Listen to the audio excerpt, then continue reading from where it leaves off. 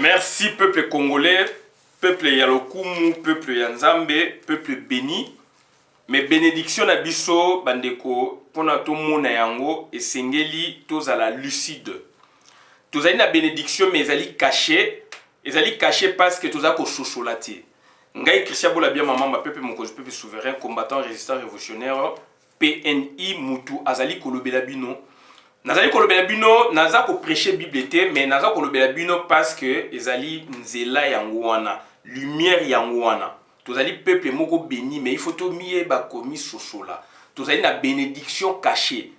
Donc trésor moko ezali caché dedans.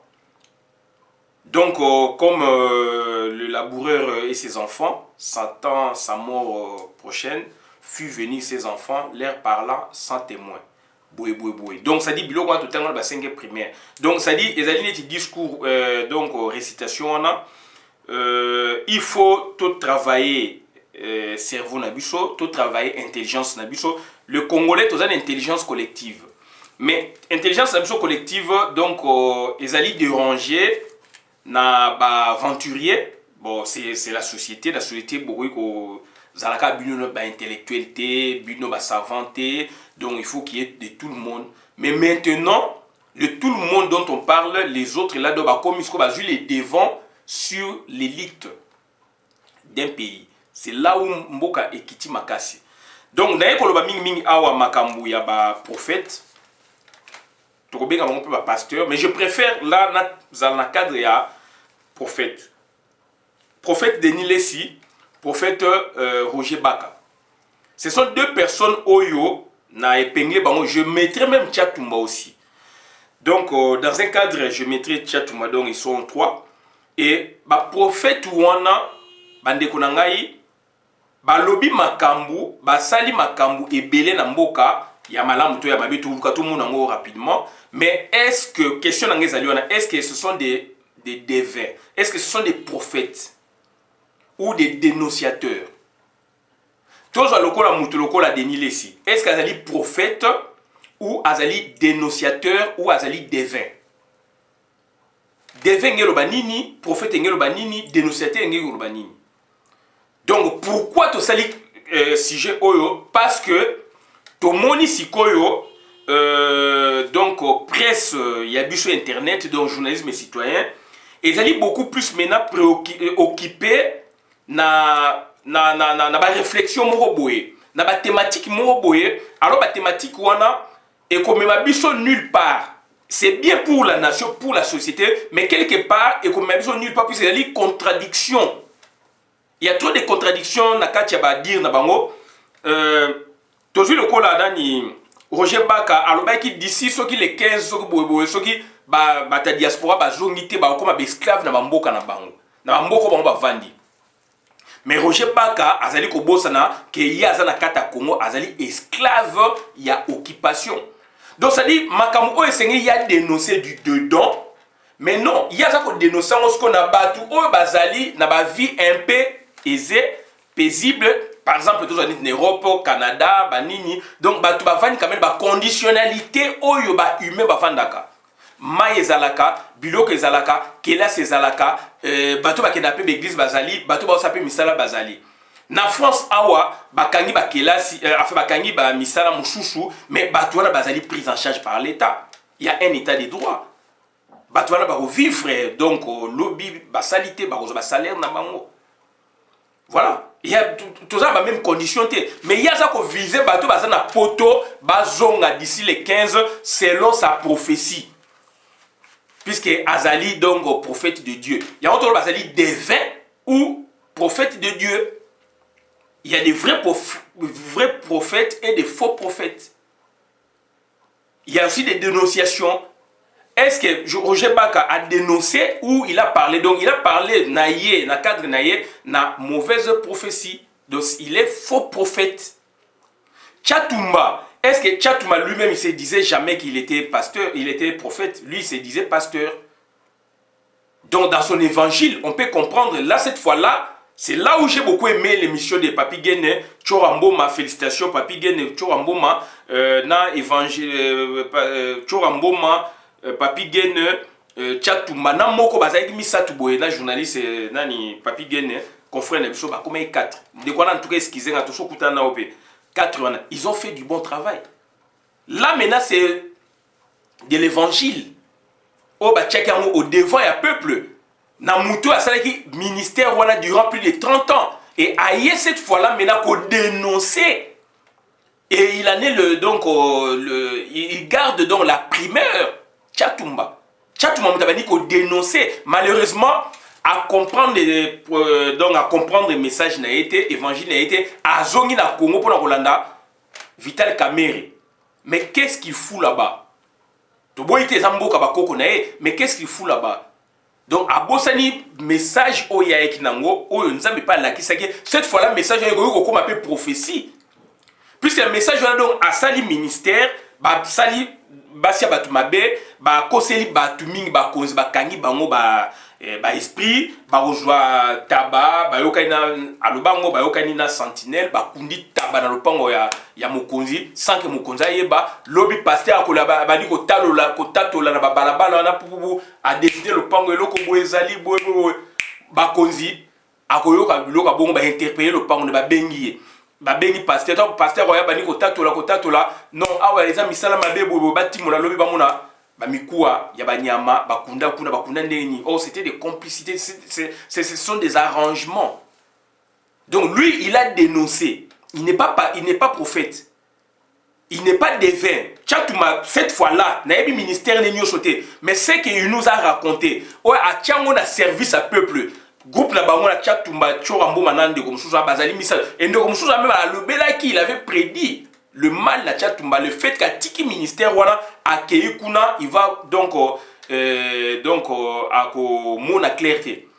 Et aujourd'hui donc on comprend, il voit pas clair puisque ndekwana musuza eskizinga vraiment donc bazaki toi a dénoncer qui donc ndenge Tchatumba tiki ministère ya ko dénoncer et Denis le sitanga bimi boloko aye a continuer le loko wana akena ngosu na niveau mususu.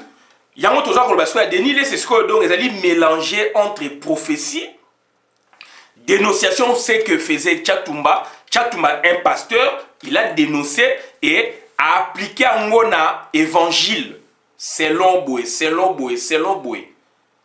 Donc a dénoncé le mal puisque yemo kazaki incarnation ya mal wana pe. Parmi bato basalaki ba mabe wana a dénoncé force occulte, force occulte qui sinon force cachée, ministère caché à pasteur wana que soit disant bazo bimisa batu biloko bakunda biloko na lopango na alors que il y a ba arrangement ba sentinelle na ba ndeko même ya yo o ba lingi mbongo puisque ba que papa wana za na mbongo millionnaire surtout beti boro donc to 100 000 wana donc na peso 10 000 na otino poto, c'était comme ça. Denis Setanga yesko abimi boloko akuti eloko wana a continuer nango. Aujourd'hui Denis Lessi il parle de choses aussi vraies, mais si on a problème dans les tellement ça occupe maintenant bah écran na biso internet comme kaka yango toza ko tuna est-ce que Denis Lessi azali prophète, azali pasteur, azali prophète, azali dénonciateur ou azali divin.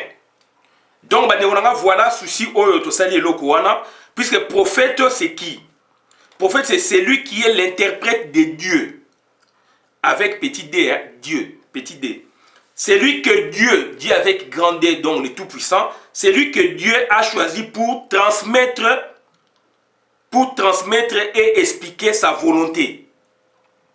Ici, il n'y a pas, ils ne sont pas nombreux. Donc c'est moins, batoua baza sacré. Et batouana baza mingité. Quand il y a Mohamed, donc Mahomet, ça c'est un prophète.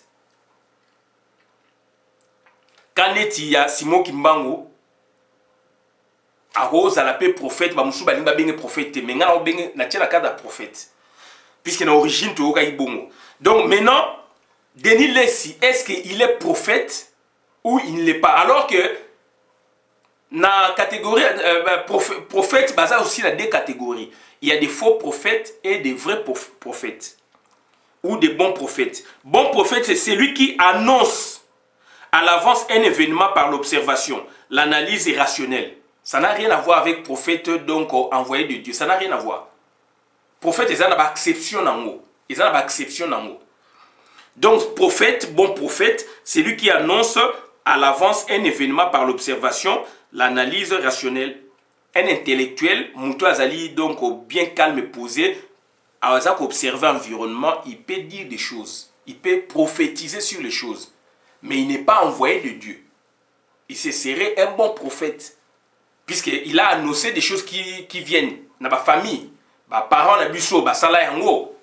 Ngai pe na dénonçaka biloko musu même na politique na robelo ko bobo salama. Voilà où tu connais basiko que transition c'est la biso malgré le gouvernement ezobima. C'est ça écose un peu prophétie. Na sala on a période de Papa Tshisekedi. Aboyi Edem Kodjongabi il y aura deuxième transition. Deuxième transition et ça m'a dit puisque j'ai observé dans lire biloko la puisse na maîtrise de l'institution politique na lobby. Et ça m'a dit. Donc ça c'est un bon prophète. Donc c'est celui qui annonce les choses funestes, des événements fâcheux. Aussi. C'est lui qui annonce à l'avance un événement par voyance, par intuition. Donc azana uimo makasi, azana perception makasi, azana vision makasi, azana makambo puisque azana expérience makamileka. Un bon père de famille, ba lobaka biloko wana. Batika ba message puisque à vivre dans la famille ayebi bana na ye ayebi membre famille arolobela yo ozalaka boye yo oza puisque à vivre bino alobi boyo qui était à trancher. Il peut être prophète sur l'avenir de ses enfants mais ngelo bateke nzambe mutatindi non. Voilà, donc on a dit par donc expérience, faux prophète, c'est lui qui n'est pas véritablement inspiré. C'est un imposteur. C'est lui qui se trompe dans ce qu'il annonce. Kaya Baka, Kaya Batu Ebele. Voilà, Kaya Baka, Kaya Batu Ebele. Mais dénonciateur, c'est quoi? Personne qui dénonce à une autorité.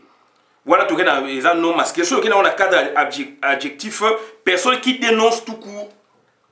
Donc, qui dénonce, qui signale l'auteur d'une infraction. Awasikoyo, Ezali donc, c'est lui qui dénonce. Dénoncer, il va faire connaître dans le public. Donc, est-ce que Denis Lessi, il est prophète? Est-ce qu'il est bon prophète? Ça, c'est une question. Est-ce qu'il est donc mauvais prophète? Puisque bon prophète, Ezali Mouta, makambu ya Nzambi. Pour la société ya Nzambi. Pour la makambu Nzambi à lobby. Makambu les ali pe donc ça va faire sociaux toto globaux. Et ça ma société ya mboka ya batu ya Nzambe na kata société to ba Nzambe biso tout. Mais bien que batu soit priorité mais batu la tout Nzambe mutakeli bango. Donc ba parents na biso bazali donc ba procréer biso. Donc na cadre wana sko biso tout ça bana ya Nzambe, donc il y a des gens qui viennent pour annoncer, pour dénoncer, pour annoncer des faits à venir. Et cette fois-là, dans le cadre spirituellement, il y a Nzambe. Nzambe avec D. Mais il y a des prophètes qui dénoncent, puisque Azali voyant, Azali nganga kisi, Azali babiloko ya bokoko. Il voit des choses, il peut dénoncer. Mais il y a des prophètes aussi, Azali donc des gens rationnels, intelligents. Azali expérience, Azali mona ki makamwe sa maboité zakaboé, ikozala boé. Donc c'est-à-dire bande konanga voilà makamwe to yaka ko sabino ngwana. Donc c'est-à-dire Denis Lessi, tout le monde makambu ebele azali koloba, tokozonga ba sujet wana, il parle des choses, aloba ki boye, asala ki boye, donc il est entre les deux. Il est soit prophète pour certaines choses, quitte à vous de distinguer bon prophète et mauvais prophète. Est-ce qu'aza kolobelango eza ya Nzambe vraiment, ou ezali ya ba petit Dieu, puisqu'aza na kisi moko boye. Il y a mboka na bango, il y a yé azwa ki magie, etc. Quand on a tout ko étendre on a ba prophète nyostou, ba pasteur nyostou. Est-ce que azali bon prophète, azako le ba makambu ya Nzambe? Est-ce qu'il n'est pas simplement dénonciateur comme fut donc nani Tchatumba? Puisque Tchatumba loba yango ndenge ba osakana basia batu, yé pas azali ko loba. Là ce n'est pas la prophétie. Là, il parle d'une réalité cachée où il y a dénoncé dans le public. Ministère, voilà, bravo.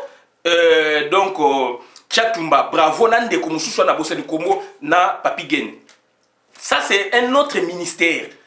caché ba côté on a kati église pour na kokosa ba pour na ba vivre.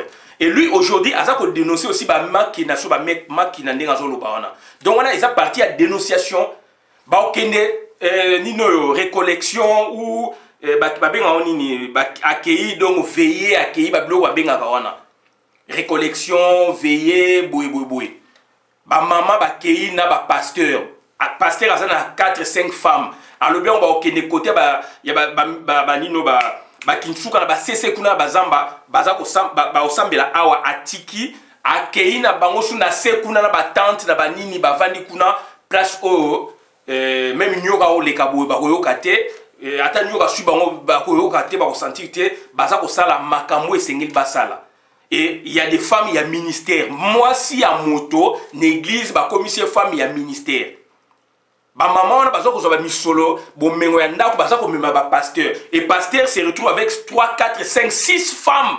Ba pasteur musu ba ngo bala te puisque soka bali donc c'est-à-dire église Panzani. C'est ce que lui raconte puisque aouti kuna wane eli donc dénonciation. Ya makambo ezalaki c'est pour faire avancer la société. Muta asale ngo mutaliboso ezali donc Chatumba avec son groupe Ndetolobiwana. Ye aye asali relais Asa ko continuer donc on a l'inginde ba comprendre ce que lui fait dans cadre ya prophétie na ending asa ko lobana. Je n'en discute pas mais il faut tout ça la distinguo to eba vrai prophète na faux prophète. Prophète ya solo ozo ko lobadongo ozo ko lobela Dieu avec des majuscules. Prophète faux prophète asa ko loba makambu donc avec des minuscules. Donc faux prophète normalement mutu azo loba makambu meza bien te. Kaya Baka a lobby à prophétiser salamité faux prophète Denis laisse ça dans le cadre ya ndenga lobby à prophétie na salamaka il faut qu'on vérifie dans le bon prophète est-ce que ezali biloko ya voyance ou ezali ma message madongo divin. Voilà bande konanga makamna yeka ko sabino ngwana na suki abona na vidéo madame na compte en communauté. Ce sont des belles thématiques ezali ko leka na internet, ça édifie tout le monde mais Denis Lessi, n'a pas focalisé Maka Sinaye, quand il parle, parler soit dans la prophétie, dans le cadre prophétique, soit dans le cadre de la dénonciation. Ça peut être aussi, et que nous sommes plus loin de la dénonciation, peut-être calmonieuse. Dénonciation calmonieuse, donc ça dit qu'il est encore plus loin dans le cadre de dénonciation à mensonge. Mensonge, est-ce qu'il est devant autorité publique de l'État, dans le tribunal? Non, dans la société, Makamo Bango Basalaki. Makambo ba sala ki wana donc makambo ba ko révéler na peuple donc batu wana ba sakani na ba vie ya batu ba pasteur tilelo ba ok mema ba mama donc 3 jours 4 jours ba kei ko sambela alors basi ya batu au moins mama ndeko na mwasi na ndako azali tranquille mais l'église azo sa makambo oyo ke donc mama wana sœur wana ko azo sala donc okoki même ko kwarte. Donc voilà, donc ce sont de bureaux qui ont l'État sur l'État malamu, l'État est vendre la bureau wana. Donc on va créer donc ça dit une brigade pour surveiller le ministère wana. Et bah toi bah détruire société et Chatumba na groupe na ba Choramboma etc. ba pigene na yé les lois se joindre na bango ba banda ke banda na Paris. Yé a ibimi boloko azui yango. Après ça, moi, carence à zongel mathématique, on a comme la vérité à l'église, des réveils, et ça, m'a Congo. Donc, net à ça qu'on dénoncer, et comme il faut faire avancer la société, bah, tu vas comprendre ma cambouana autrement. Donc, on va dire qu'on a eu autre regard, on va dire que abonné la vidéo, madame la compte communauté. Merci. Donc, église, nzamba sala église. Nzambe asala église. Donc, nous avons à l'église, c'est ça, nous à l'église. Et derrière, on a profiter pour détourner l'attentionnement à Batu, la volonté à Batu, puisqu'il y a des malins. Puisque le pasteur, comme le roi psychologue, il a joué un esprit à maman. Maman va dire j'ai d'esprit. Denis les saisons, hallucination, il y a un miracle. Ce sont des jets d'esprit. Et biloko le tondi mingi na Congo. Biloko le tondi mingi na Congo. Et il y a un Jésus les devant. Et société Koufi. Alors qu'il fallait brigade Morezala. Donc mini. Donc parquet il fallait donc esa banquette sur biloko wana puisque pasteur wana prophète comme koloba ba vérité caché ya l'église wana. Or il fallait qu'on l'année puisque société zokufa ne place wana. Donc ba mama donc so récollection biloko mwande wana donc accueilli babenga oso komoni na accueilli une semaine 2 semaines mama comment koyoka la pasteur na ndako koyoka la mobile ni souté. Yaya comment koyoka mingi pasteur na bango akoyoka na ndako te. Azali pe mwasi ya mutu fiancé ya mutu mobile azana poto kuna donc akoma ya pasteur. Maman azana libala akoma mwasi ya pasteur. Alors papa na ndako aope sa confiance mwasi asambela kuna akoma mwasi ya pasteur. Donc ba okende ba une semaine ba nini alors kuna ba sa ba aventure. Kuna ba ko vivre ba paradis na bango. Kuna na ba sa ba nzete na ba place ba okende ba récollection so ba comment on a bossa ni ba nini. Donc ba ke kuna ko sa ba aventure ba vrai ba ko vivre entre guillemets ba vraie vie na bango. Ba comme na double vie. Vie na ba pasteur et puis vie à ndako. Et vie à ndako siko ekiti et comme mini vie à ba pasteur. Puisque bazo chapé Bible liboso. Voilà bande ko nanga makambo to yeka ko bangwana to sepeli quand même ba thématique wana ngeza ko bima. Yangwana sengeli to loba, il faut distinguer donc dénonciation et puis prophétie. Est-ce que bazali ba défunt, bazali ba prophète, bazali ba dénonciateur. Voilà, makambo to yeka ko bangwana to abonner la vidéo madame na kota communauté. Merci.